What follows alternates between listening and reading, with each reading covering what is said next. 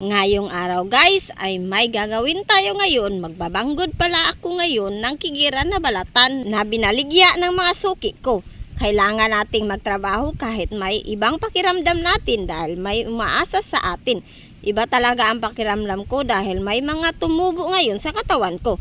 Lahat talaga ng parte ng katawan ko ay may ganitong tumubo. Ang kati nito masyado pero kinakaya ko. Nagtatrabaho pa rin ako para may kikitain tayo kasi kung hindi ka magtrabaho, walang kikitain mo na magagamit sa pang-araw-araw mo. Nagpursige din ako sa trabaho at negosyo ko dahil kung di ko tatrabahin ito ay wala talaga. Marunong din naman ang anak ko at asawa ko sa paglilinis nito kaso may mga gawain din sila. Ang mga anak ko ay pumasok na sa eskwela at nasa dagat rin ang asawa ko kaya hito ako nagpupumilit na gawin at ayusin ang munting negosyo ko nang mapalago ko ito.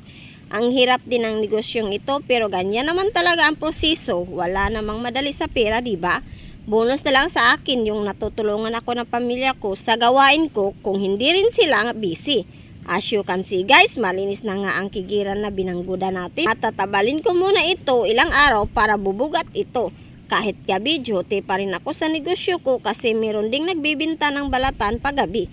Walang oras na sinayang ko para lang kumita at lumago ang negosyo ko dahil may pangarap tayo.